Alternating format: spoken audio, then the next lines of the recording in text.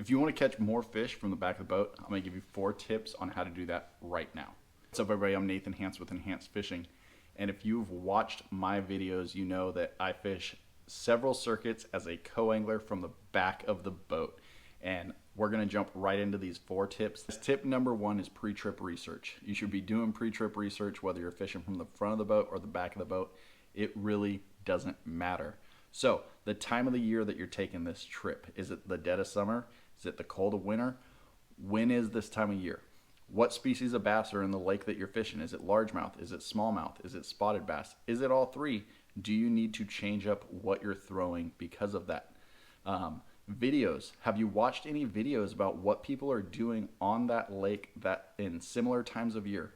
Past experience out there from other people is great pre-trip research. For example, if you were going to be fishing a tournament at Lake Shasta, you can watch this video right up here and see what I was doing and what I was throwing for that tournament.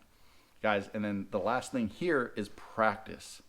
This isn't one that's always doable. It's not something you can always do. I, for example, work a full-time job and fish these tournaments because it's my passion and something I love to do. I get out and practice as much as I can, but I can't practice for every tournament. If you have the opportunity, it is a great thing to do. Guys, tip number 2 is listen to your boater.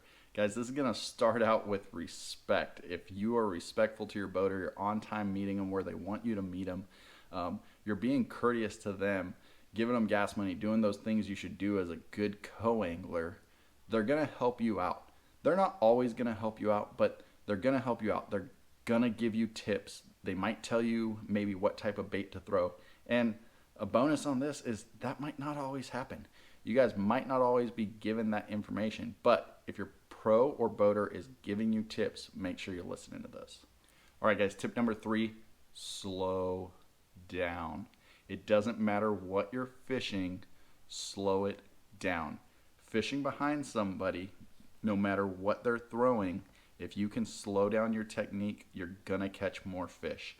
I can tell you countless times where I've been trying to fish fast. I've been trying to match what my boater was doing or the speed that my boater was fishing, even if I was fishing a different technique. And as soon as I took the time and I slowed down, I started catching fish. Slowing down is a hugely important thing if you're fishing from the back of the boat. All right, guys, the last tip I have for you, tip number 4, fish your confidence. Guys, if you have a bait that you are confident in, you have a technique that you're confident in, you've got equipment that you're confident in, you've got past knowledge that you're confident in, fish that, utilize that. Confidence is key when you're bass fishing.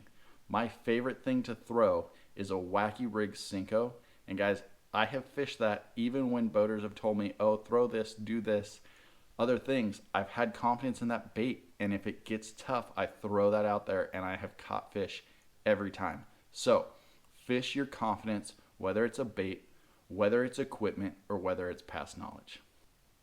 All right, guys, so to recap, pre-trip research, listen to your boater, slow down, and fish your confidence. If you follow those 4 tips, you're gonna catch more fish from the back of the boat. And if you wanna see how to be an awesome co-angler, check this video out right here. Tight lines, get out there and catch a big one.